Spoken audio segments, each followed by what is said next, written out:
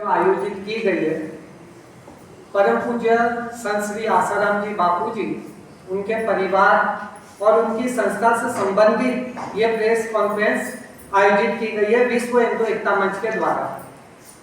मैं राजू जोशी, विश्व हिंदू एकता मंच का राष्ट्रीय उपाध्यक्ष।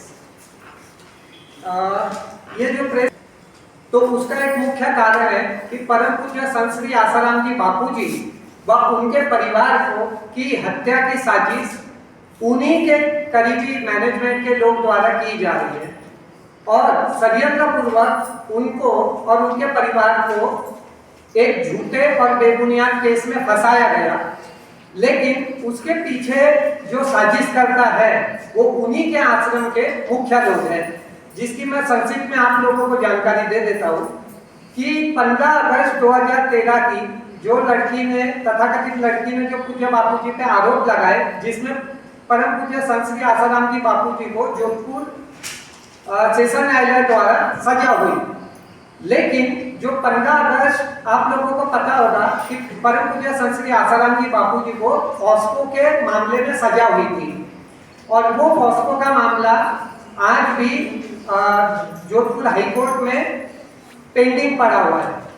अब परम पूज्य संत श्री आसाराम जी बापू जी के ही आश्रम के लोग हैं जो उन्हें इस झूठे केस में सजा कराए। उसके मैं मुख्य कारण बता देता हूँ। पहला कारण, जिस रात लड़की ने आरोप लगाया कि मेरे साथ 1.5 घंटे तक ये छेड़खानी हुई और मेरे साथ ये घटना परम पूज्य संत श्री आसाराम जी बापू जी द्वारा की गई, लेकिन 15 अगस्त 2013 की जो रात का समय था 10 बजे से 11:30 बजे, उस दरमियान परम पूज्य संत श्री आसाराम जी बापू जी द्वारा मनई कुटिया जोधपुर से जो 25 किलोमीटर दूर है, वहां पर पूज्य बापू जी द्वारा सत्संग का आयोजन हुआ था और वहां पर करीब 150-200 जो साधक थे वो वहां पूज्य बापू जी के अनुयायी थे, वो वहां पे मौजूद थे।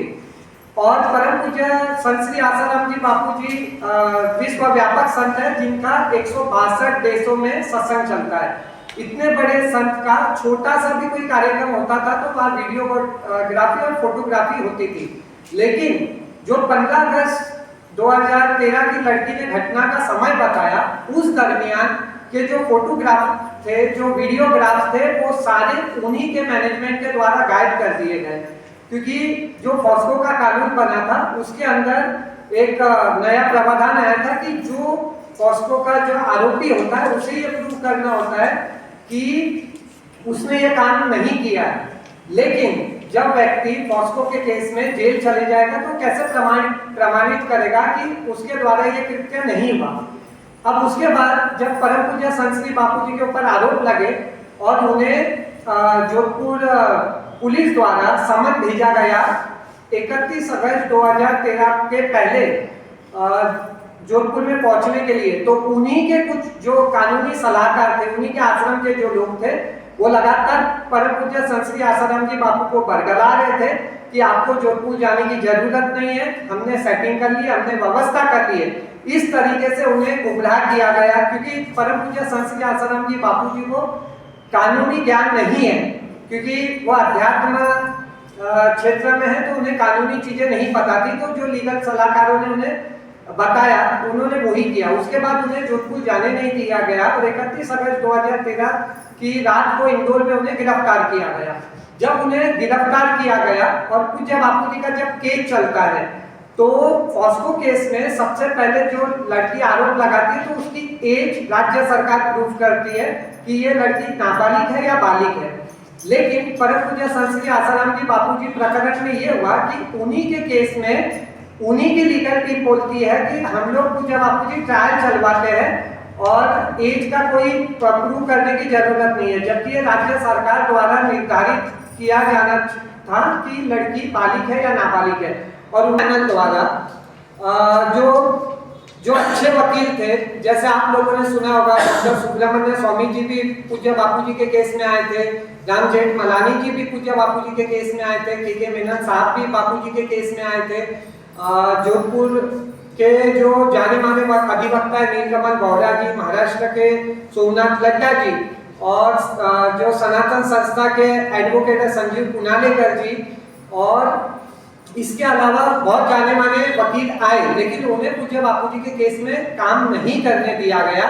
उन्हें हमेशा पूज्य बापूजी के केस से कोई ना कोई बहाना करके हटा दिया गया। जबकि पूज्य बापूजी के केस में देखा जाए तो जो लड़की ने आरोप लगाए थे 1.5 घंटे उसके साथ दुराचार हुआ, तो लड़की की जो मेडिकल रिपोर्ट है वो टोटल नील है। लड़की के बॉडी पे कोई क्रैच के निशान नहीं है, कोई जी जानकारी के लिए बताता हूँ, ये गलत जानकारी है आपको। पूज्य बापूजी को जोधपुर सेशन कोर्ट से सजा हुई है। हाई कोर्ट में आज भी अपील पेंडिंग है, सुप्रीम कोर्ट तक अभी गए नहीं है। सुप्रीम कोर्ट में सिर्फ इंटरिम बेल के लिए गए थे, अभी तक हाई कोर्ट में भी फैसला नहीं हुआ।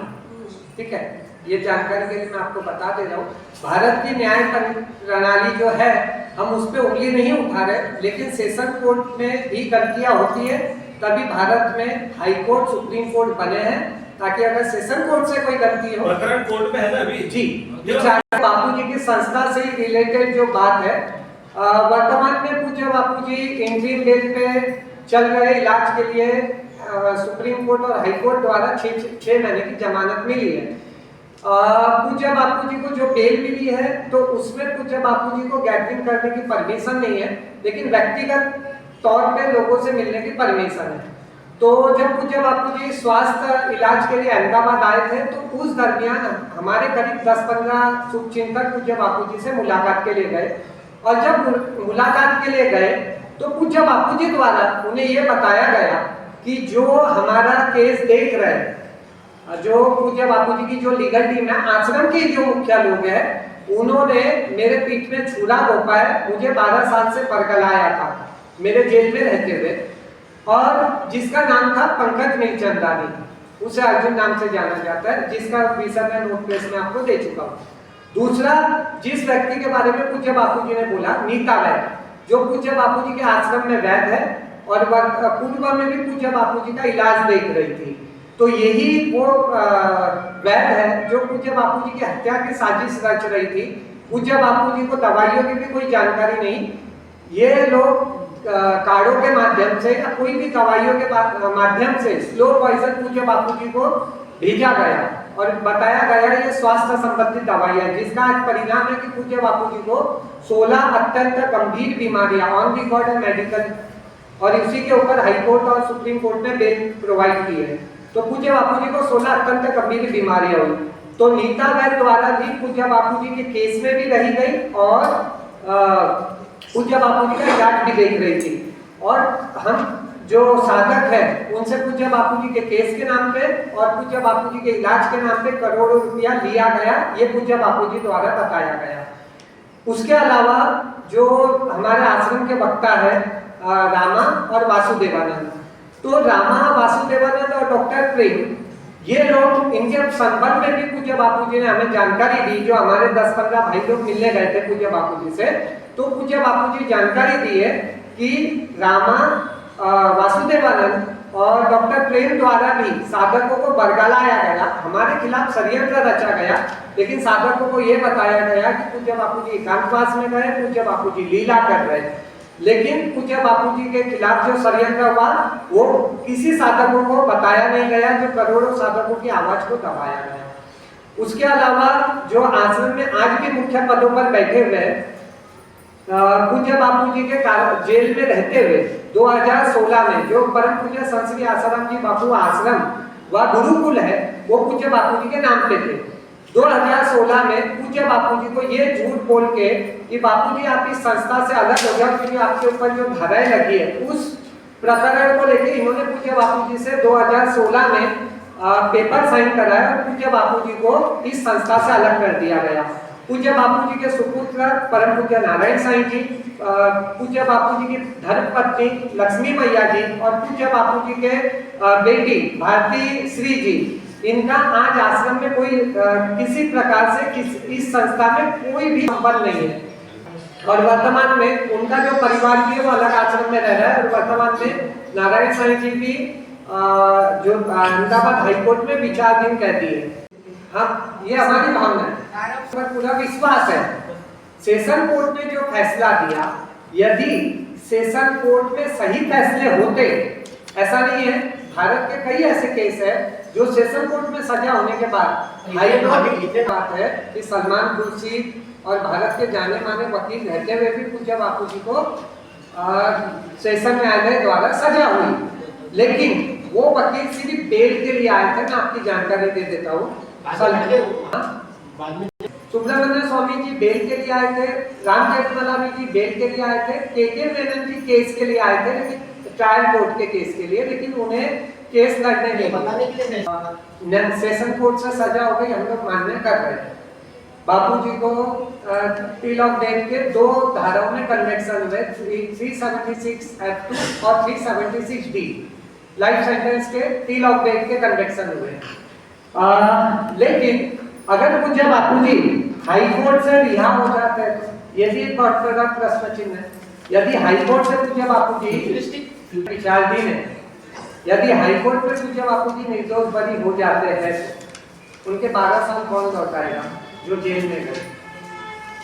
एक क्वेश्चन है ना, क्योंकि आज अगर सेशन कोर्ट ही परफेक्ट डिसीजन होते तो हाई कोर्ट और सुप्रीम कोर्ट वो इसके एविडेंस।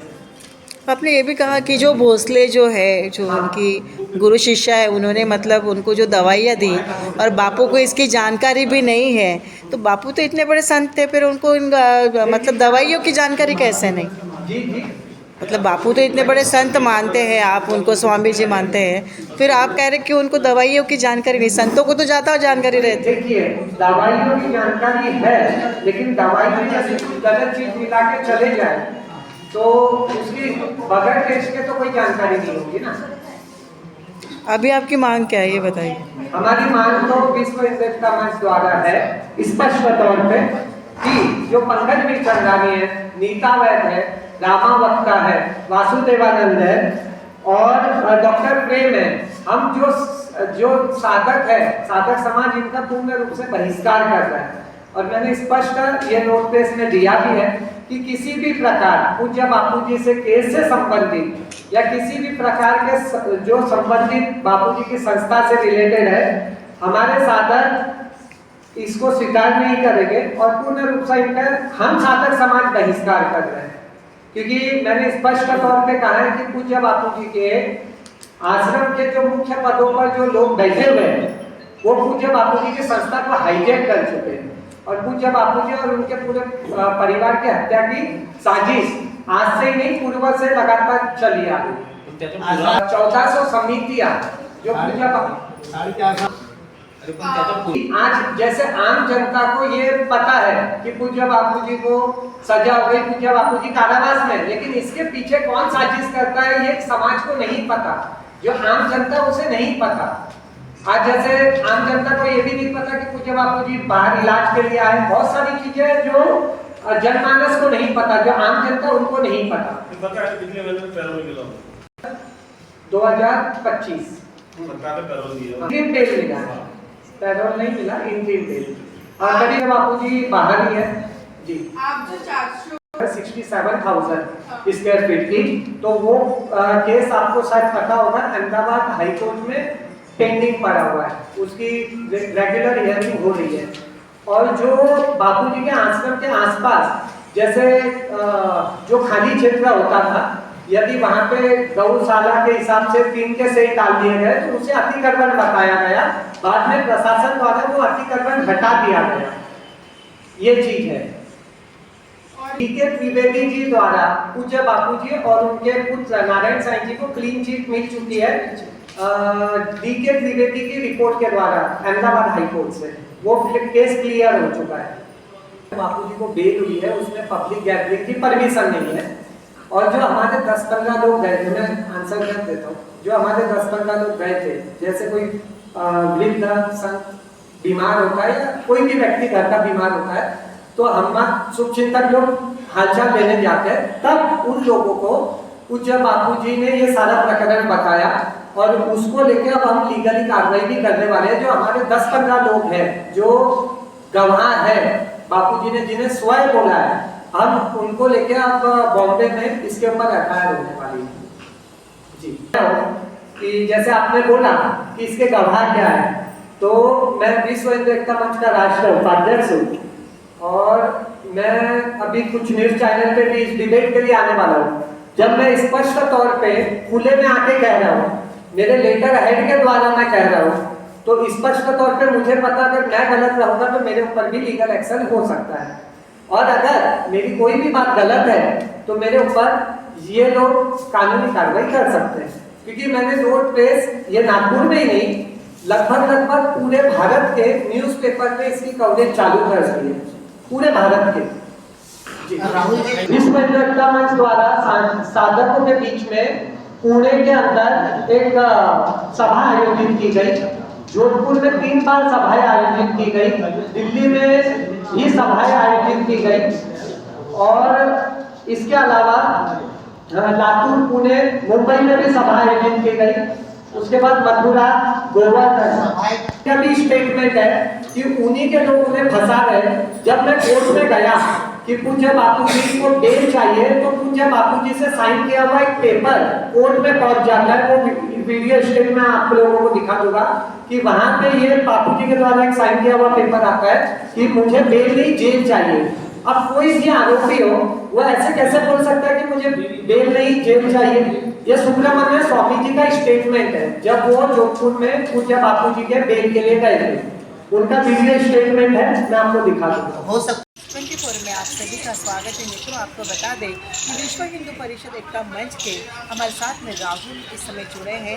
आइए जानते हैं उन्हीं की जुबानी क्या आसाराम बापू के बारे में इनका कहना है। उनका कहना ये भी है कि कुछ षड्यंत्र आसाराम बापू जी के बारे में किया जा रहा है। कुछ मीर चंदानी जो है, अर्जुन उर्फ मीर चंदानी भोसले करके जो उनकी शिष्या है, उन्हें गलत दवाई दे रही है, और मीर चंदानी जो है उनके प्रॉपर्टी के ऊपर में नज़र रखे हैं। उन्हीं के बारे में जानकारी देने के लिए कुछ और नाम वो भी अपने हमें बताएंगे। और क्या मतलब खास माजरा है आसाराम बापू के विषय में। मतलब जेल में आज काफ़ी साल उनको हो गए, फिर भी उनको पूरी तरह से जमानत नहीं मिली। उसी के बारे में उनके जितने भी समर्थक हैं इस समय हमारे साथ में जुड़े हैं। आइए जानते हैं राहुल जी से उनकी ज़ुबानी। सर, क्या नागपुर पर में आपका तो स्वागत है। विश्व हिंदू परिषद एकता मंच की ओर से आप आसाराम बापू के समर्थक बनकर खड़े हुए, क्या बताना चाहते हैं? मैं पहले तो एक जानकारी दे देना चाहता हूँ कि पूज्य बापूजी को जो सज़ा हुई है, वो सज़ा का एक मुख्य कारण है कि पूज्य बापूजी की ही जो आश्रम की लीगल टीम है, उन्हीं के द्वारा कोर्ट में सबूत नहीं लगाए गए, और पूज्य बापूजी को निर्दोष होते हुए भी सज़ा हुई है। जो आज 12 साल से पूज्य बापूजी कारावास में थे, और जिसमें मुख्य जो नाम है पूज्य बापूजी के आश्रम के ही जो ट्रस्टी भी है, और वर्तमान में पूज्य बापूजी के केस के पैरोकार है पंकज मीरचंदानी, जिसे अर्जुन नाम से जाना जाता है। उसी के साजिश और षड्यंत्रों की वजह से पूज्य बापूजी और उनका गुरु, उनका जो परिवार है, वह आज भी इस षड्यंत्र के तले दबा हुआ है। दूसरा एक नाम है नीता वैद्य भोसले। नीता वैद्य भोसले जो वैद्य मानी जाती है, पूज्य बापूजी के ही आश्रम में समर्पित है। उसके द्वारा पूज्य बापूजी को गलत दवाइयाँ, कार्डों के माध्यम से गलत चीज़ें भेजी गई, जिसकी वजह से पूज्य बापूजी आज जीवन और मृत्यु के बीच जूझ रहे। 16 अत्यंत गंभीर बीमारियां पूज्य बापूजी को आज हो चुकी है, और पूज्य बापूजी के जो संस्था के जो हम जुड़े हुए साधक परिवार है, उनसे भी नीता वैद्य ने करोड़ों रुपया लिया है। उसके अलावा जो हम आश्रम के वक्ता है, रामा वक्ता, वासुदेवानंद, डॉक्टर प्रेम, ये लोग हम करोड़ों साधकों को जो पूज्य बापूजी के खिलाफ षड्यंत्र हुआ, वो षड्यंत्र से अनजान रखते हुए हमें ये बताया गया कि पूज्य बापूजी लीला कर रहे, पूज्य बापूजी जेल नहीं गए, पूज्य बापूजी एकांतवास में। लेकिन जब पूज्य बापूजी मेडिकल बेल पे बाहर आए, तब 10-15 लोगों को पूज्य बापूजी ने बताया कि मेरे खिलाफ साजिशें हुई है, षड्यंत्र हुआ है। इसमें पंकज मीरचंदानी ने मेरे पीठ में छुरा घोंपा, नीता वैद्य ने मेरे साथ षड्यंत्र किया, डॉक्टर प्रेम, वासुदेवानंद और रामा वक्ता, और जो चेतन साहू है, जो पूज्य बापूजी के जोधपुर जेल रहते हुए पूज्य बापूजी के लिए भोजन लेके जाता था, वो नीता वैद्य की मदद, नीता वैद्य द्वारा उसी से मदद ली गई कि चेतन के द्वारा पूज्य बापूजी को जहर पहुंचाया जाए। इसका आज ये परिणाम है कि पूज्य बापूजी सात्विक आहार लेते हुए भी 16 अत्यंत गंभीर बीमारियों से पीड़ित है। 3 हार्ट में ब्लॉकेज है, और पूज्य बापूजी को 9 बार हार्ट अटैक आ चुके हैं, और आज भी वर्तमान के दिन तक भी मेडिकल बेल मिलने के बाद भी पूज्य बापूजी का जो इलाज हो रहा है वो गलत तरीके से हो रहा है। पूज्य बापूजी को सही इलाज नहीं कराया जा रहा। कोई डॉक्टर का इलाज कराया जाता है, उसके बाद वो इलाज रोक दिया जाता है। इस प्रकार पूज्य बापूजी के शरीर को ख़त्म करने की साजिश है। और आप क्या मांग रहे थे, मतलब अभी आपने प्रेस वार्ता भी लिया है, प्रेस कॉन्फ्रेंस के लिए, तो आप क्या मांगे, मतलब पूज्य बापूजी के खिलाफ में षड्यंत्र रचा जा रहा है, तो ये षड्यंत्र उनको कब पता चला और उसकी जानकारी आपके पास में कैसे है कि जो षड्यंत्र उनके खिलाफ में रचा जा रहा है और कौन रच रहा है, इसके पिता कौन रचयिता है, कौन उनके खिलाफ में इस प्रकार के षड्यंत्र उन्हें मारने की कर रहे हैं? क्या आपको इसके पीछे कोई राजनीति है?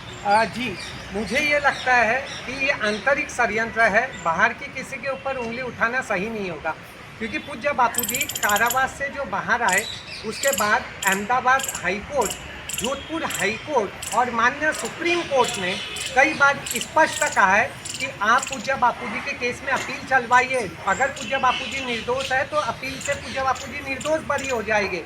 लेकिन पंकज मिर्चंदानी द्वारा जोधपुर हाई कोर्ट में 8 साल सजा होने के 8 साल बाद भी आज के दिन तक अपील नहीं शुरू कराया। अहमदाबाद हाई कोर्ट में भी अहमदाबाद सेशन कोर्ट से सजा होने के बाद 4 साल हो गए, उसमें आज तक अपील नहीं चलाई गई। और माननीय सुप्रीम कोर्ट ने जो ऑर्डर दिया था करीब दिसंबर 2025 में, 10 दिसंबर 2025 को माननीय सुप्रीम कोर्ट का ऑर्डर था, उसमें माननीय सुप्रीम कोर्ट ने स्पष्ट कहा है कि पूज्य बापूजी अभी बेल पे है, पूज्य बापूजी की अपील चलाई जाए और पूज्य बापूजी के केस में 3 महीने में जोधपुर हाईकोर्ट द्वारा केस ख़त्म किया जाए। लेकिन आज 2 महीने हो गए, उसके बाद भी पूज्य बापूजी की अपील आज भी विचाराधीन है, अभी तक अपील चालू नहीं हुई। और जो हम मांग लेके आज जो हम करोड़ों साधक हैं, करोड़ों साधकों के साथ उनकी आवाज़ दबाई जा रही है, तानाशाही की जा रही है। और वो तानाशाही करने वाले आश्रम के कुछ चंद लोग हैं जो पूज्य बापूजी चाहते हैं कि पूज्य बापूजी का शरीर शांत हो जाए और पूज्य बापूजी की संस्था उनके नाम हो जाए। अभी क्या मांग है आपकी, आखिरी करके तुमको बताएं। हाँ, हमारी जो साधकों की एक स्पष्ट मांग है कि जो पूज्य बापूजी के खिलाफ षड्यंत्र रच रहे पंकज मिर्चंदानी, नीता वैद भोसले, वासुदेवानंद वक्ता, डॉक्टर प्रेम वक्ता, रामा वक्ता और चेतन साहू, या जो मुख्य पद पर इनके साथ जो जुड़े हुए हैं, वो सब लोगों का तत्काल मैनेजमेंट और संस्था से बहिष्कार किया जाए और हम और तत्काल ट्रस्ट से भी उन्हें बहिष्कार किया जाए। और हम जो करोड़ों साधक जो ये देख रहे हैं, सुन रहे हैं, वो भी इनका किसी प्रकार से कोई साथ ना दे और इनका बहिष्कार करे, इनसे कोई किसी भी प्रकार से कोई पैसों का व्यवहार ना करे और इन्हें पूज्य बापूजी के आश्रम में समर्पित मानकर इनको कोई तवज्जो ना दे, ताकि पूज्य बापूजी और जो उनके परिवार के खिलाफ जो षड्यंत्र हुआ है वो रोका जा सके। हाँ बिल्कुल, ये इन्होंने कहा है कि जो भी बापूजी के साधक उनके साथ में जो अभी साधक है और जो उनके खिलाफ में जो आसाराम बापूजी के खिलाफ में जो लोग जा रहे हैं, जिस प्रकार से उन्हें जो भोसले हैं, मिर्चंदानी है, वो जो भोसले हैं वो काढ़ा खिला खिला के बापूजी के शरीर को थोड़ा नष्ट भी कर रहे हैं। 16 बीमारियों से आसाराम बापू भी व्यतीत हो चुके हैं और ऐसे में जो चंदानी हैं उनके प्रॉपर्टी के ऊपर भी नज़र रखे हैं। तो ये जितने भी वक्ता हैं, उन्होंने डॉक्टरों का नाम भी लिया, प्रेम करके हैं उनका भी उन्होंने नाम लिया, बहुत सारे लोगों का उन्होंने राहुल जी ने नाम दिया है। तो ऐसे में उनसे कोई भी कांटेक्ट ना करे, इस मांग को लेकर आज वो उन्होंने पत्रकार परिषद भी ली है और जितने भी उनके जो टच में लोग हैं तो उनके बातों में ना जाए, ताकि जितना भी उनका जो कारोबार है उनके हाथों में बापूजी का कारोबार ना जाए, क्योंकि ये बनावट उनके साथ में कर रहे हैं और वो जितने भी साधक हैं उन्हें मतलब जिस प्रकार से मतलब मिसगाइड किया जा रहा है, वैसे उनके कोई भी कार्य हो, कोई भी बात हो, उनके बातों में कोई भी साधक ना जाए, ऐसे भी राहुल जी ने मांग की है। सरिता कुलकर्णी, नागपुर 24 की ओर से, नागपुर महाराष्ट्र। और भी एक मांग वो बताना चाहते हैं, क्या बताएं? एक बात स्पष्ट तौर पे कि पूज्य बापूजी निर्दोष है तो कोर्ट में सबूत लगाए जाए, सड़कों पर ये ना बोला जाए कि बापूजी निर्दोष है, ये कोर्ट से ही प्रमाणित किया जाए कि बापूजी निर्दोष है, पहली मांग। दूसरी मांग कि भारत के जो जाने माने डॉक्टर है, डॉक्टर रमन कुट्टी राघवन जी, उनके द्वारा पूज्य बापूजी को इलाज मिले। माधवबाग जो हॉस्पिटल है, आयुर्वेदिक संस्था है, उसी में पूज्य बापूजी का आयुर्वेदिक इलाज मिले, ताकि पूज्य बापूजी का स्वास्थ्य तत्काल सही हो और ये षड्यंत्रकारियों के मंसूबे विफल हो। हाँ बिल्कुल, इन्होंने कहा है कि जो भी मतलब उनके खिलाफ है, जो आसाराम बापू जी के जो खिलाफ है, उनके जितने भी मंसूबे हैं वो मतलब आगे ना जाए, वो उनके मंसूबे भी ख़त्म हो। और जो माधव बाग से आसाराम बापू का जो इलाज है वो आयुर्वेदिक ही है, ये अपना माधव बाग। तो माधव बाग से भी उनकी एक मांग ऐसी है कि माधव बाग के आयुर्वेदिक हॉस्पिटल में ही उनकी उपचार हो, ताकि उन्हें आराम भी प्राप्त हो और आसाराम बापू निर्दोष छूट कर बाहर भी आ जाए। मैं सविता कुलकर्णी, नागपुर 24 के लिए, नागपुर महाराष्ट्र से। नागपुर न्यूज़ 24 में फिर से आपका दोबारा स्वागत करते हैं मित्रों। आपको बता दें कि आसाराम बापू के जो जितने भी साधक हैं, उनकी जो सपोर्टेड है विश्व हिंदू परिषद मंच की महिलाएं इस समय हमारे साथ में और ख़ास तौर पे जुड़ी है। उन्हें भी कुछ आसाराम बापू जी के बारे में कहना चाहते हैं। आइए जानते हैं उन्हीं की जुबानी। क्या नाम है आपका? जी, रत्नमाला माधुरी, मैं नागपुर से। जी। मैं संत आसाराम के बापू जी की शिष्य हूँ और करीब 20 साल से इसी जुड़ी हुई हूँ। मैं जानती हूँ अपने गुरुदेव को, परंतु उनके प्रति जो षड्यंत्र हुआ है, अभी तक हमें लगता था कि षड्यंत्र बाहर से हुआ है, शायद ईसाई दुश्मनी, परंतु ऐसा नहीं है। शायद वो शक्ति है, परंतु आज हमें ये पता चला है, ये जानकारी है हमें कि आश्रम मैनेजमेंट जो लीगल टीम बनी हुई है गुरुदेव की, जो पैरोकार है, वो स्वयं ही बापू जी को कारागृह में रखना चाहती है। उसका एक रीज़न है और वो है बापू जी की प्रॉपर्टी। हम प्रशासन से और प्रशासन का भी ध्यान अपनी इस बात पर इंगित करना चाहते हैं, और आप मीडिया कर्मियों का भी, और साथ में हमारे जो भी संपूर्ण वर्ल्ड में जो भी साधक भाई बहन हैं, उनका भी ध्यान इंगित करना चाहते हैं कि आप समझिए इस षड्यंत्र को। बापू जी निर्दोष हैं, निष्कलंक है, ब्रह्मज्ञानी संत कभी ऐसा कर नहीं सकते, परंतु केवल उनकी प्रॉपर्टी के लिए जो ऐसा हुआ है, तो आप समझिए और इस षड्यंत्र से बाहर गुरुदेव को लाने के लिए प्लीज़ आप संगठित होइए, सभी साधक संगठित होइए। और प्रशासन से मेरी यही मांग है कि आप प्लीज़ बापू जी के केस पे थोड़ा ध्यान दीजिए, क्योंकि बापू जी के आश्रम में जो आश्रम मैनेजमेंट है, जिनके नाम कुछ देर पहले हमारे राहुल साहब ने लिए हुए हैं, वो सभी बापू जी को घेरे हुए हैं, हाईजैक किए हुए हैं। प्लीज़ मैं यही प्रार्थना करूँगी कि गुरुदेव पे ध्यान दीजिए और ऐसे संत को जो सनातन संस्कृति की धरोहर है उनकी हम रक्षा आपको कीजिए। ये बताते हैं कि मतलब आप जिस प्रकार से बापू जी का जो साधक आप साधिका हैं, तो आपको ये भी हम बोलना चाहेंगे कि 20 वर्षों से आप उनके शिष्या हैं, आपको बापू जी के बारे में भी ज्ञान है, परंतु जब वो उनके ऊपर आरोप प्रत्यारोप हो रहे थे और महिलाओं के बारे में उन पर जो रेप के आरोप लगाए गए, तो जब उनको जेल भेजा जा रहा था, तब आपने ये आवाज़ क्यों नहीं उठाई? अभी क्यों आप आवाज़ उठाने पे और साधक साधिका होने के नाते आप उनका सपोर्ट कर रही है? उनको करना भी चाहिए, क्योंकि आप मानती भी है। परंतु हम ये कहना चाहेंगे कि जब वो जेल जा रहे थे उस समय आपने ये बातें क्यों नहीं उठाई जी। जो आपको इस समय उठानी पड़ रही है? क्या कारण है? जी, मैं उसका भी आपको संतोषजनक उत्तर दूंगी। वैसे हम समर्पित तो नहीं जी। हैं, हम गृहस्थी साधक हैं, पर जो समर्पित है, जो बापू जी के हमेशा नज़दीक रहते हैं, जैसे कि सत्संग होता है, सत्संगों में टूर के लिए बहनें रखी जाती हैं, जो भीड़ को संभालने के लिए, उनको गाइड करने के लिए, वो बहनें निरंतर गुरुदेव के साथ में रहती हैं। जब सत्संग चालू है और जिस दरम्यान बापू जी अपने किसी साधक बच्चे और बच्ची की एंगेजमेंट कर रहे थे, और वही समय अगर उस बच्ची के साथ में जो अंदर बात बता रहे ऐसा हुआ है, तो इसके सबूत तो वो बहनें ही हैं। उन बहनों का मतलब ये लेना था ना, स्पीच रिपोर्ट ये लेनी थी, क्या कहना चाहिए उसको? DNA test. हाँ, नहीं DNA टेस्ट तो लेना चाहिए था, मगर उन बहनों के वक्तव्य लेना था ना, उनके सबूत लेना था। उन बहनों को आश्रमों से भगा दिया गया है। इसका सबूत मैं खुद ही हूँ, क्योंकि मैंने ऐसे बहनों से बात की हुई है। जब आप इतनी बड़ी सबूत रहने के बावजूद भी फिर बापू जी जेल क्यों गए?